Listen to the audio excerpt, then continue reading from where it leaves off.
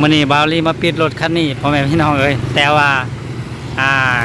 เอารถจักรใส่ท้ายรถมานำเนาะนั่นก็น่าจะหมายความว่าหลังจากปิดแล้วเนาะบ่าวลีก็น่าจะได้ขี่รถจักรเนาะ ขี่มอเตอร์ไซค์กลับบ้านเนาะส่วนรถคนคันนี้ก็น่าจะตกเป็นของคนอื่นเนาะไปแล้ว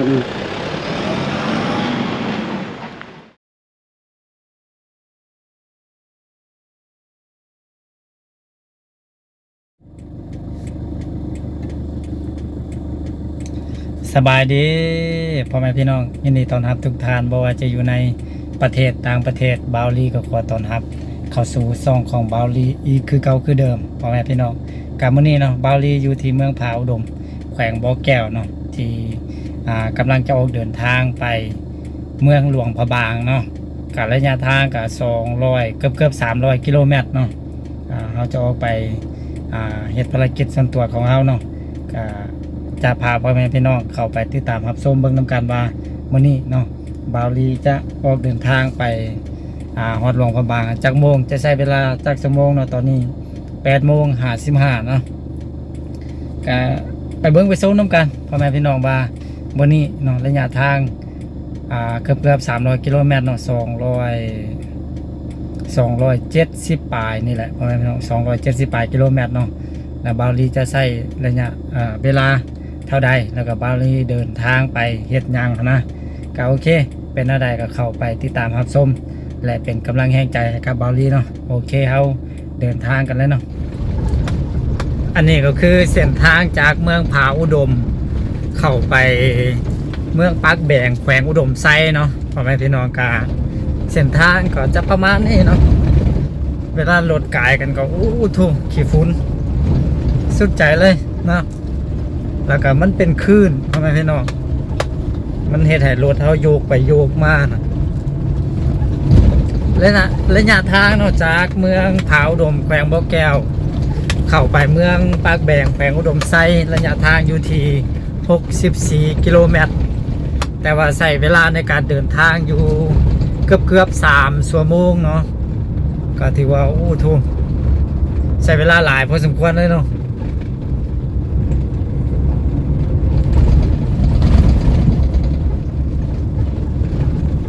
สภาพเส้นทางที่เขามาพ่อแม่พี่น้องเอ้ยป้อทุฝุ่นเนาะรถของเขาก็จนมนจนมองหมดเลยแล้วก็ที่สำคัญบ่าวลีเอามอเตอร์ไซค์มานำพ่อแม่พี่น้องนี่คนเดียวเนาะแต่ว่าเอารถมา2คันเลยก็คือมีมอเตอร์ไซค์แด้แล้วก็มีรถใหญ่แด้นะเนาะตัวนี้มันเบียดเนาะพ่อแม่พี่น้องก็คือเอารถมอเตอร์ไซค์มานำเลยพ่อแม่พี่น้องเส้นทางเที่ยวมาถูเนาะโอเคเอาเดินทางกันต่อเลยปากแบงยัง27กิโลเมตรเนาะถูกพ่อแม่พี่น้องเลยเนาะ27กิโลเมตรน่าจะประมาณเกือบชั่วโมงนึงพุ่นแหละ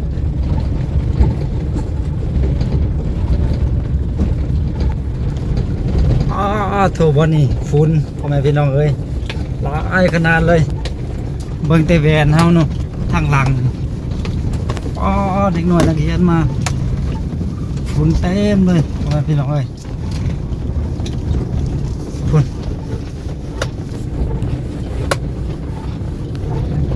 ถูกบ่แม่นรถเฮาสิฆ่าฝุ่นบ่บัดนี้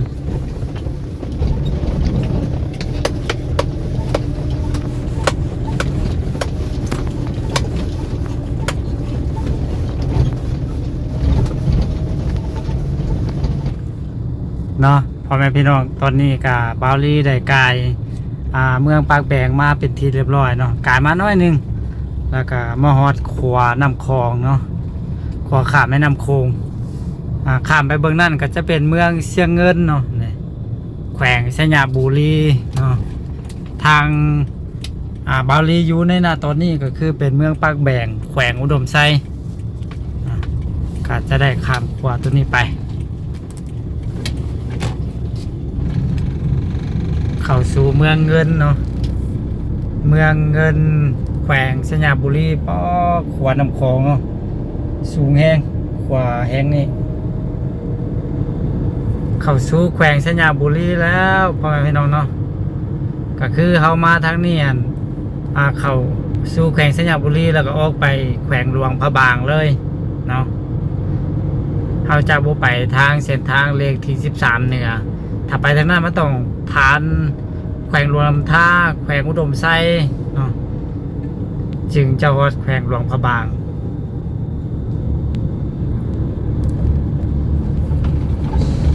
นี่ฮอดสยามบุรีแล้วแขวงสยามบุรี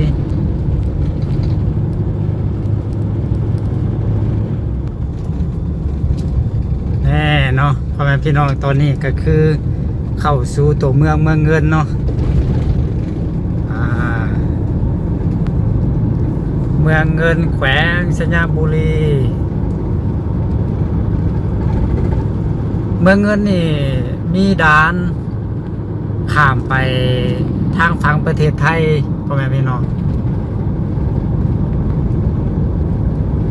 จะบ่เป็นด่านสากลเนาะน่าจะเป็นด่านประเวณีเนาะ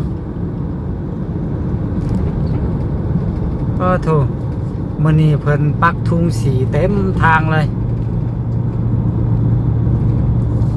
น่าจะมีเวียกอันใดอันหนึ่ง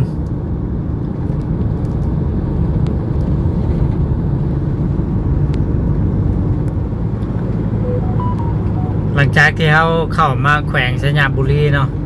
กับเส้นทางกับที่ว่าดีพอสมควรเลยพ่อแม่พี่น้องฝั่งนี้จะเป็นฝั่งทางประเทศไทยเนาะแขวงสยามบุรี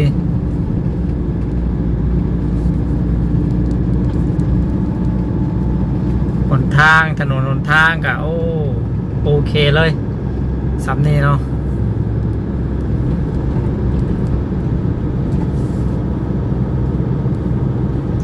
ช่วงนี้อากาศร้อนพ่อแม่พี่น้องเพราะว่าเป็นช่วงที่เพิ่นจูดไฮแดเนาะ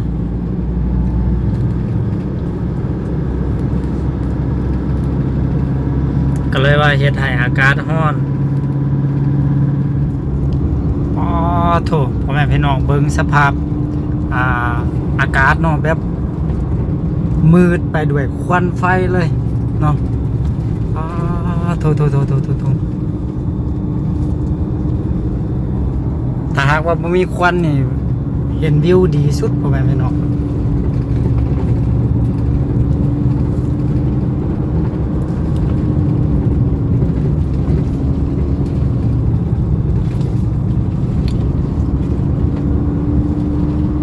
ขนาดตอนบ่ายๆตอนนี้เนาะเบิ่งฟ้าคล้ายๆจะมีฝนเลยความมันมืด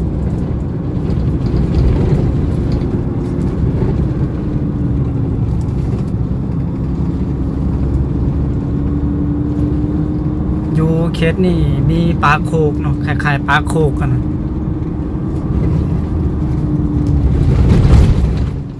โอเคพ่อแม่พี่น้องหลังจากที่เขาขับรถมาหลายชั่วโมงเติมเนาะตอนนี้ก็มาฮอดหลวงพระบางเป็นที่เรียบร้อยเนาะก็จะได้ข้ามคลองเบื้องนี้เนาะไปยังเบื้องนั้นแน่ทางนั้นก็คือเป็นเมืองหลวงพระบางเนาะทางนั้นเนาะอันนี้ก็คือน้ำโขงเนาะเขาออกมา8 โมงเท่าไหร่ฮุพ่อแม่พี่น้องเนาะตอนนี้เนี่ย16 โมง 17 นาทีเนาะโทรใช้เวลาอยู่6-7 ชั่วโมงเนาะจึงมาฮอดแขวงหลวงพระบางพ่อแม่พี่น้องมาพอดีบักเต็มก่อนเนาะเอาขามบ่ได้เถื่อก็รอถ่าบักคันต่อไปเนาะโทรรถบักอะไรพ่อแม่พี่น้องเนี่ยเต็มเหือเลยเนาะทั้งคนทั้งรถเนาะต่างวัวต่างควายพร้อม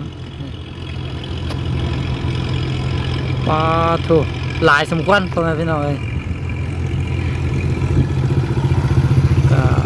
นี่กระบักยังมีหลายคันเนาะเพิ่นไปเป็นคิวเนาะถูกไปแล้วขามไปตรงนั้นเนาะส่วนหลังรถของเฮาก็ มีรถจักรของเฮาเนาะโอเคเดี๋ยวเฮาก็จะรอถ่ายเรือเบิ่งนั้นมาเนาะเรือบักเบิ่งนั้นมาเฮาจึงจะขึ้นไปโอเคพ่อแม่พี่น้องตอนนี้ก็เฮาได้ขึ้นมาเรือบักเป็นที่เรียบร้อยเนาะกดลายนี่เขาจะมุ่งหน้าข้ามไปทางเบื้องน้ำเนาะโอ้ลมพ่อแม่พี่น้องลมแห้งเนาะลมแห้งสุดใจเลยพูดเห็นจอมผู้สีพ่อแม่พี่น้องพูดอันนี้ก็คือเป็นจอมผู้สีเนาะขึ้นเมื่อจอมผู้สีนี่เขาสามารถเบิ่งเห็นหมดเลยว่าแขวงของกระบางเลยเนาะเป็นจุดที่ว่าสูงที่สุดเลยแหละแค่นี้เนาะ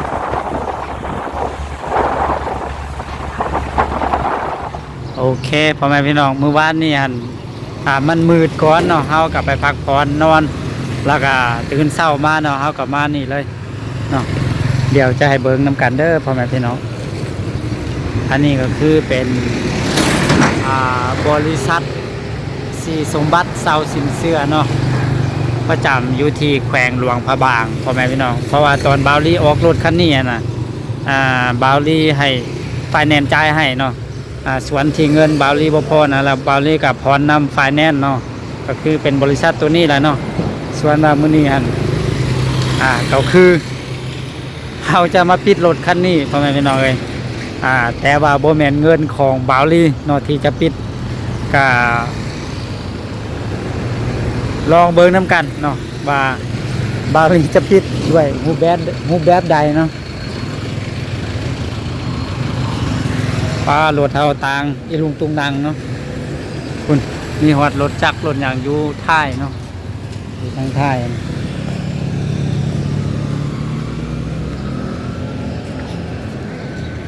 ที่นี่เป็นแขวงหลวงพระบาง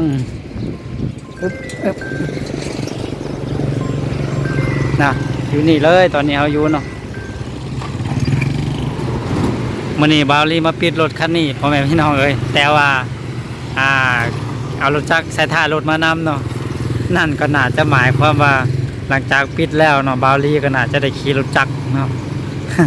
ขี่มอเตอร์ไซค์กลับบ้านเนาะส่วนรถคนคันนี้ก็น่าจะตกเป็นของคนอื่นเนาะให้คนอื่นปิดให้พ่อแม่พี่น้องเอ้ยเนาะโอเคลองลุ้นลองชมเบิ่งนำกันเนาะโอเคตอนนี้ที่ว่ามอบรถให้กันเป็นที่เรียบร้อยเนาะโอเคอันนี้เอกสารมอบให้เจ้าขับใจแล้วก็กระเจรถเท่าเสียแล้วที่โอเคขับใจเอาโชคดีช่วยได้ใครมาถือกันเด้อเจ้าดำเอ้ยไปเป็นลูกเขาวันนี้เป็นเจ้าเป็นจอมวันนี้นะโชคดีไปทางใดก็ให้มันโชคดีปลอดภัยตลอดกลับก่อนไหนจ้าไปบอกเจ้าไปลิ้นน้ำเด้อจ้าน้องขับใจหลายจ้าเบิ่งมื้อหน้าอยากได้คอยโทรหาไหมไปหาได้รถอย่างเด้อได้เฮ็ดร้อยมีเด้อเฮ็ดร้อยเด้อ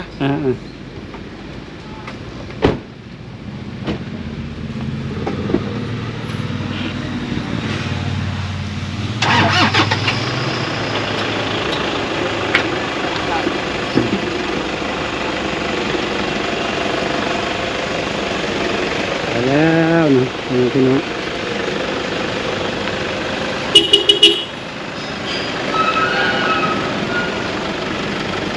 ไปแล้วนะก็โอเคเนาะพ่อแม่พี่น้องเป้าถูกสมควรเนาะในการเดินทางครั้งนี้ก็คือใช้เวลาอยู่2 มื้อด้วยกันเนาะตอนไปก็คือใช้รถใหญ่หันไปใช้เวลาอยู่มื้อนึงตอนกลับขี่รถจักรมาเนาะรถมอเตอร์ไซค์กลับมามื้อนึงพ่อแม่พี่น้องเอ้ยมื้อที่3ก็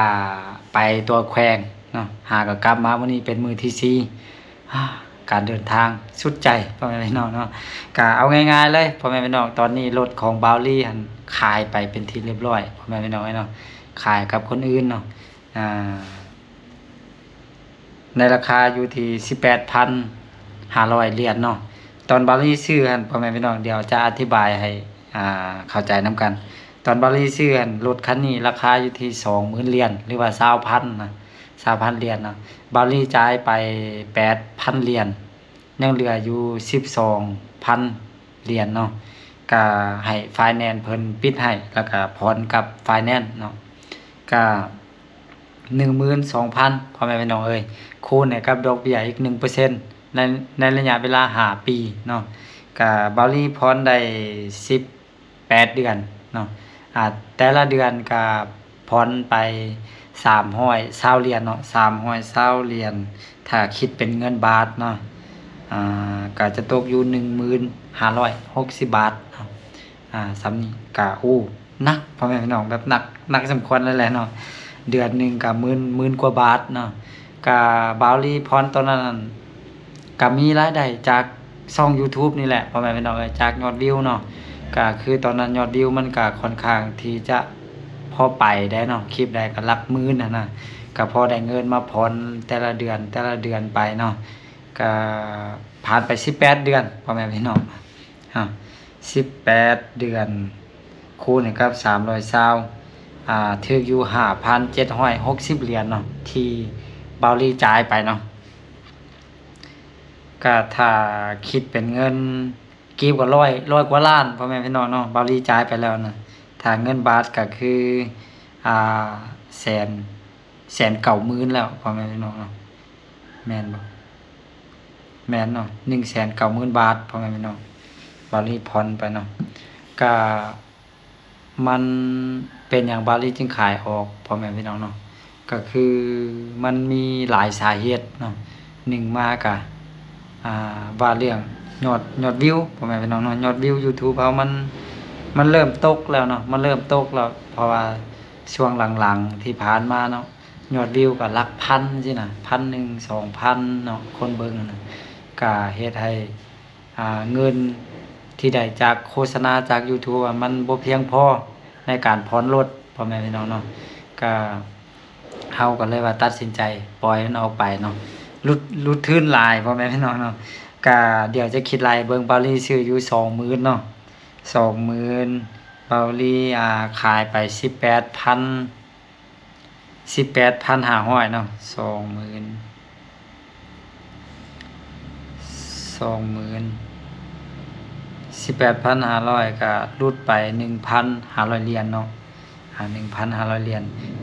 แต่ว่าใน 18,500 เนาะ 18,500 เหรียญนี่นะ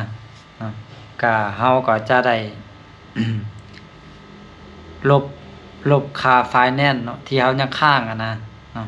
ก็คือบาลียังค้างอยู่ 10,000 ลบออก 10,000 กับเท่าไหร่เนาะ 17,000 นี่แหละเนาะ 7,980 เหรียญ17,900แม่นล่ะ 17,900 เหรียญพ่อแม่พี่น้องเนาะบาวลีก็ความหมายก็คือบาวลีขายในราคา 18,500 เหรียญเนาะแล้ววันนี้บาวลียังค้างไฟแนนซ์อยู่ 10,000 กับ 790 เหรียญเนาะบัดทีนี้บาวลีก็ต้องหักในส่วนที่บาวลีขายเนาะให้กับไฟแนนซ์ก็คือ 17,900 เหรียญเนาะบาวลีก็ได้เงินอยู่ที่7,700 กับ 10 เหรียญเนาะแสดงว่ารุดขึ้นไป290 เหรียญเนาะสำหรับต้นทุนพ่อแม่พี่น้องเนาะอันนี้ต้นทุนเนาะส่วนว่าดอกเบี้ยใน18 เดือนก็คือแบบถิ่มไปเลยเนาะแบบบ่ได้คืนเนาะเอาง่ายๆเลยก็มันเป็นลักษณะประมาณนั้นเนาะก็ถามว่าเสียดายบ่ก็เสียดายพ่อแม่พี่น้องเสียดายแฮงเนาะทั้งรถทั้งเงินเลยแหละเสียดายทั้งเงินแต่ละเดือนที่เอาผ่อนไปเสียดายทั้งรถพร้อมพอรถคันนี้ใช้ดีพ่อแม่พี่น้องเนาะก็แต่ว่าถามว่าเสียใจบ่ก็บ่ได้เสียใจพ่อแม่พี่น้องเนาะเพราะว่าเฮาก็ได้ใช้งานมันเนาะเต็มที่เลยแบบนำเครื่องนำของพอบาวลีซื้อรถคันนี้มาน่ะบ่ได้ไปเฮ็ดแนวอื่นดอกมีแต่เอาไปเป็นสะพานบุญนี่แหละไปออกช่วยเหลือสังคมเนาะต่างเข้าบ่ต่างอันนี้อันนั้นเนาะออกช่วยเหลือแต่ละบอนแต่ละทีนะก็ดีใจที่ว่ามีรถคันนี้มาให้เฮาเป็นที่พึ่งพาได้ก็คือนำพาเฮาไปทุกบอนทุกที่ที่เฮาอยากไปเนาะ แล้วก็เป็นสะพานบุญให้กับผู้ใหญ่ใจบุญแบบทั่วถึงเนาะบ่ว่าจะไปบ่อนใดที่ใดนะเฮาก็สามารถเอาเครื่องเอาของไปฮอดไปถึงได้นะก็ดีใจแล้วพ่อแม่พี่น้องเนาะแต่ว่าในหน้าตัวนี้บาลีก็ขายไปเป็นที่เรียบร้อยเนาะต้นทุนรุดไปเท่าใดก็300ปลายเหรียญเนาะ200ปลายเหรียญบ่ตะกี้คิดไรเนาะแต่ว่าดอกเบี้ยเด้อพ่อแม่พี่น้องบ่แม่นดอกเบี้ยแบบเงินเฮาผ่อนแต่ละเดือนนั่นน่ะ18เดือนเนาะ18คูณให้กับ320เหรียญเสียไป 5,760 เหรียญเนาะก็โอ้หลายเติบเนาะหลายพอสมควรเลยแต่ก็บ่เป็นหยังพ่อแม่พี่น้องเอ้ยแนวใดเฮาก็เบิ่งยอดวิวเบิ่งรายได้เนาะจากช่อง YouTube เนาะเพราะว่าพ่อแม่พี่น้องที่เข้ามาติดตามรับชมก็เบิ่งโฆษณาให้กับเบาลี่นั่นแหละเนาะแต่ว่ายอดวิวของเฮามันบ่ไปเนาะก็เลยว่าเฮ็ดให้รายได้จากค่าโฆษณาทางช่อง YouTube มันเริ่มน้อยลงเนาะมันเริ่มจะบ่แมตช์กันนะพ่อแม่พี่น้องเนาะเงินค่ารถเนาะเฮาต้องได้จ่ายเดือนหนึง320เหรียญแต่ว่าเงินได้จาก YouTube มันได้เดือน100เหรียญบ่200เหรียญบ่จังซี่เนาะมันเริ่มจะบ่แมตช์กันแล้วเนาะเฮาก็คิดว่าอนาคตในข้างหน้าเนาะมันก็น่าจะไปบ่รอดนะน่าจะได้ขายในมือใดมือหนึงกันนะเพราะว่าเฮาก็หาเงินยากเนาะพ่อแม่พี่น้องอยู่เขตนี้เนาะยอมรับเลยก็เลยว่าปล่อยมันออกไปก่อนเนาะบ่เป็นหยังพ่อแม่พี่น้องก็สำหรับคลิปนี้บาวลีก็เอามาฝากมาตอนพ่อแม่พี่น้องได้รับชมนํกันแล้วก็พร้อมกับแจ้งให้พ่อแม่พี่น้องได้รับทราบนํกันเนาะว่ารถที่เฮาใช้เป็นสะพานบุญตั้งแต่ตอนเฮาซื้อจนมาฮอดปัจจุบันก็คือ18เดือนเนาะขายไปเป็นที่เรียบร้อยพ่อแม่พี่น้องก็ขอขอบคุณขอบใจทุกท่านที่ให้กำลังใจบาวลีตลอดมาเนาะแล้วก็ที่คอยสนับสนุนบาวลีตลอดมาแล้วก็ขอให้ทุกท่านที่เข้ามาติดตามรับชมคลิปนี้จงอยู่ดีมีแฮงอยู่ดีมีสุขเนาะร่ำรวยสุขภาพร่ำรวยเงินทองสำหรับคลิปนี้บาวลีขอตัวลาไปก่อนเนาะลืมแจ้งอีกนิดนึงก็คือต่อไปก็คือถ้าหากไปถ่ายคลิปถ่ายหยังบาวลีก็จะใช้เป็นมอเตอร์ไซค์ก็ได้พ่อแม่พี่น้องเนาะช่วงนั้นมีเครื่องมีของก็ค่อยบากันอีกเทื่อนึงเนาะโอเคสำหรับคลิปนี้ขอตัวลาไปก่อนแล้วพบกันใหม่เนาะสบายดี